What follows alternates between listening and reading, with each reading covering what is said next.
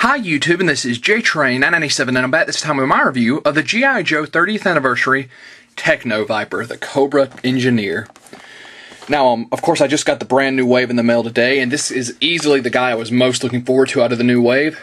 I don't dislike the Renegade's tagline, but I do think that the series, I wish they'd at least split them up evenly.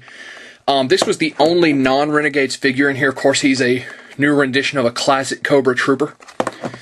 And as you can see here in the packaging, he comes with a lot of nice gear, including a safety cone, which more on that later. On the back of the packaging here, you got some very nice artwork of him, and his combat gear says, welder pistol, pneumatic shears, hammer, claw, hose, and powered backpack, diagnostic case with pistol. And his file card says, Techno Vipers are Cobra engineers who can build, rebuild, and refit anything from weapons to fortresses. They use whatever materials they have on hand and send troopers to take what they need to complete their project. Their engineering creations are usually powerful, effective, and full of deadly surprises. So, looks like an awesome figure. Let's open him up. And here we have the Techno Viper out of packaging. Now, all his gear fits on him in some way, with the exception of his traffic cone. Or just safety cone, I guess. And that's really what's got me about this, because this was an accessory originally included with the old school Techno Viper. Just a green traffic cone with the Cobra logo on it. I don't know if the accessory has changed at all. It may have. And it really just makes you think, why is Cobra concerned with anyone's safety? Even that of their own troopers. I mean, I don't really think they would care. So this has always just struck me as a strange accessory, but oh well. You know, tossing it off to the side. If you set up a lot of dioramas or something like that, I guess that'd be a really nice accessory. Now his rifle, which is right here, very nice. He does have his little pistol over here. It doesn't seem like it was that well fitted for the holster, so you kind of have to force it in there, but it will fit. And the real, I guess, the best accessory is a better term, is his backpack and all its hookups. Of course, you can see you run the hose from the backpack to the end of whatever tool you have in his hand. And you get 3 different attachments, all of which can fit in the backpack simultaneously. And they're all really, really awesome. Of course, let's pull them off here and get another one out here.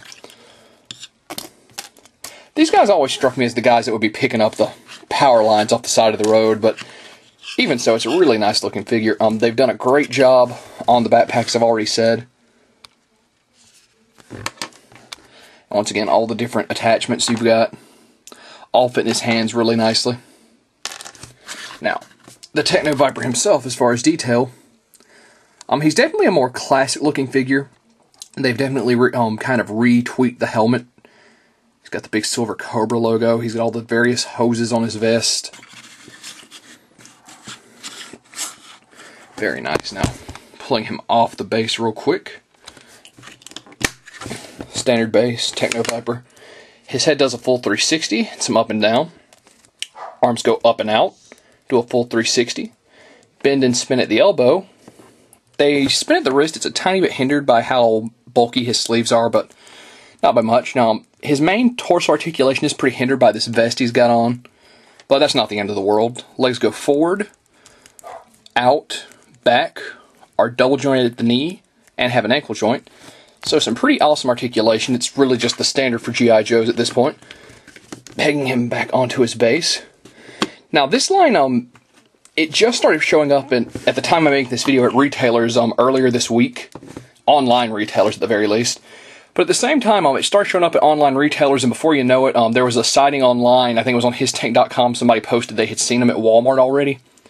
So this wave looks like it's definitely going to be hitting before the Christmas season at most stores. Hook up his hose real quick. And there we go.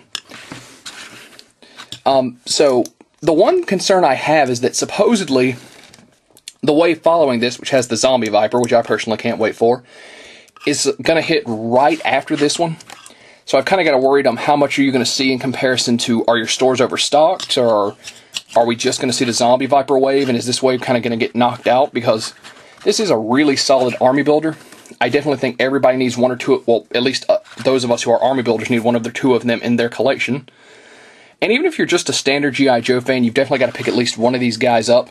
He's an awesome looking figure. $6.50 to $8 depending on what store you're at. I paid a little bit more for him since I got him in a set, but still worth it in my opinion. Can't talk today. Opinion. And that being said, this is JTrain997. I highly recommend this figure, and I'll see you soon, YouTube.